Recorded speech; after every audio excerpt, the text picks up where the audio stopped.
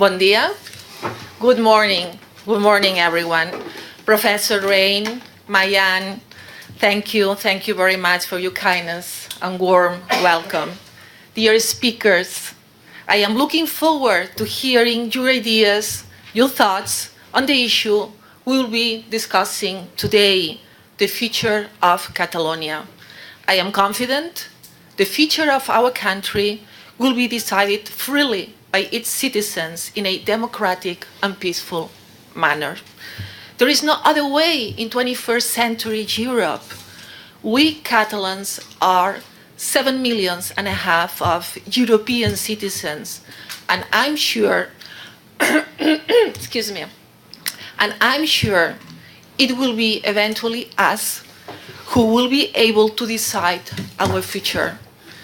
And that will happen in spite of the authoritarian opposition, the state repression, and the brutal violence we have to endure, both ordinary citizens and our political leaders, from the most corrupt government in Western Europe, as it is Rajoy's Popular Party government.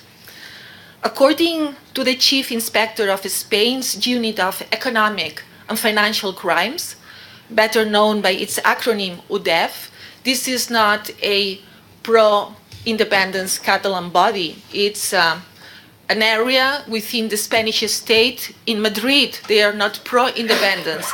And the chief of that area in the Spanish police in Madrid, his name is Manuel Marocho. He said a few days ago in Madrid before a Congress commission, he said that Rajoy's political party used a parallel system of accounts to siphon bribes into party funds through Box B. That's illegal money. That's dirty money. Appearing before a Spanish Congressional Commission, as I just said, he described, Mr. Marocho, the head of the Spanish police, this area that investigates financial and economic crimes. He described the illegal network that this political ruling party in Spain had as totally corrupt. How many Popular Party members currently do you believe are facing prosecution with charges of corruption? How many do you believe? 1, 2, 3, 5? No, 900 people. Right now, members of the Partido Popular in political posts are currently being prosecuted for corruption. It's shocking. It's terrible. Those that are using judges, courts, the Constitution, the sacred Spanish Constitution, to smash the civic, peaceful, democratic, pro-independence movement, those that tell us we are out of the law just because we want to vote, those, and I quote Mr. Marocho, this guy in Madrid, in the Spanish police, they have practiced corruption, and this is quoted, in its purest form. Even Rajoy, allegedly himself, received secret payments in opaque money for years in a profitable corruption scheme. Why I am telling you that? Why? Many people believe that heightening in a deliberate manner the conflict in Catalonia, pushing down from Madrid, trying to scratch the pro-independence movement in Catalonia, serves a purpose: to cover up the huge corruption scandals that are rocking the Popular Party and the Spanish government. And this is just outrageous. Ladies and gentlemen, Catalonia is an old European nation. We have our own culture. We have our own language. According to opinion polls, more than 80% of Catalan citizens want to decide whether or not to become an independent country, cast on a ballot in a democratic and peaceful manner.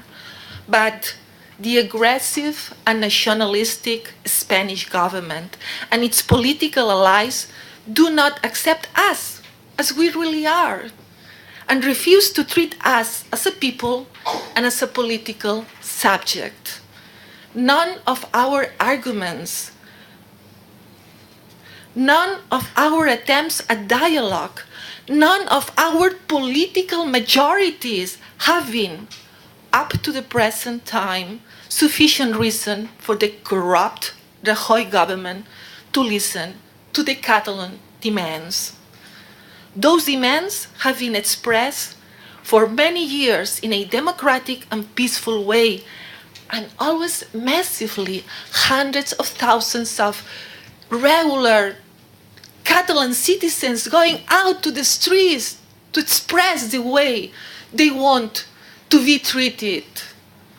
But an aggressive Spanish nationalism, an aggressive state nationalism is intending to turn the Catalan people into a permanent territorial minority, a people subjected to assimilation and to the whim of political parties whose ideas have neither been voted significantly by the Catalan citizens nor reflect their political preferences.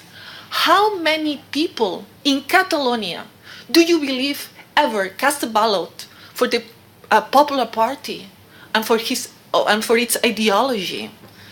Do you know how many Catalan people voted for that party, for the ruling Spanish party, in our last regional elections to the Catalan Parliament held 2 years ago on the 27th of September 2015?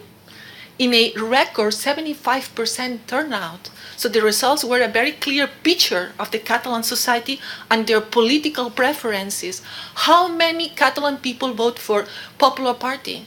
How much would you say? 40%? 30%? Maybe less? 20%? No.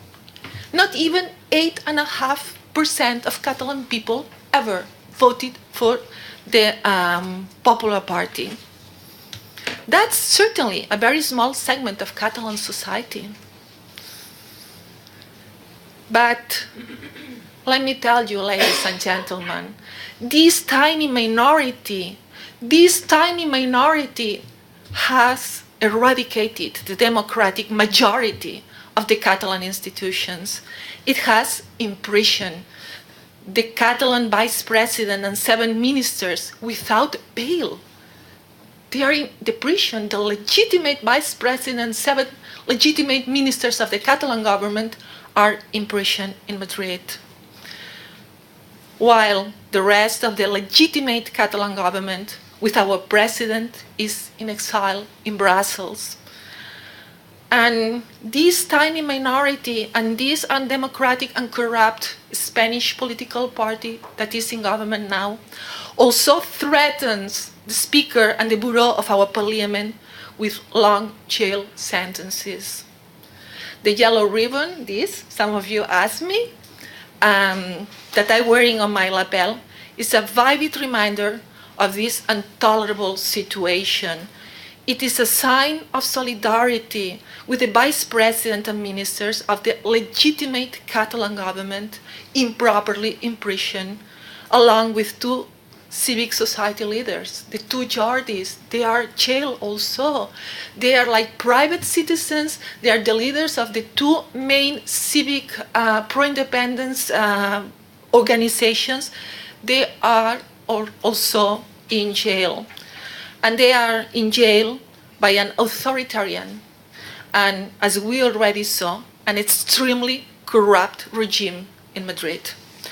On December 21st, elections are to be held in Catalonia. That's less than 40 days from now, under the state of emergency imposed by the Spanish government.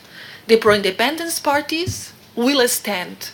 They will participate in those elections. But I would like to put a question to you, ladies and gentlemen, and to our speakers. What will happen if the result of the polls becomes a renewed mandate for independence? Will the result be accepted? Or will it only be possible to apply the unionist political program, whoever receives the citizen support? Those are the questions. That's the issue, ladies and gentlemen, my dear friends. And democracy and fundamental rights are at stake. I'm finishing, Professor Rain, ladies and gentlemen. Maybe some of you already know it. Many people in Spain refer to Catalans as the Jewish of Spain. You cannot imagine how proud we are of that. Israel is a great country, and we, Catalans, look at it with great respect and admiration. Respect and admiration for how you manage to build such a prosperous nation, overcoming all sorts of harsh, crushing adversities. We look at you, and somehow we mirror ourselves. There is a great deal of sympathy in Catalonia for Israel. You should be very proud of yourselves. You should be very proud of your country. And we are certainly very proud to be your friends. Thank you very much.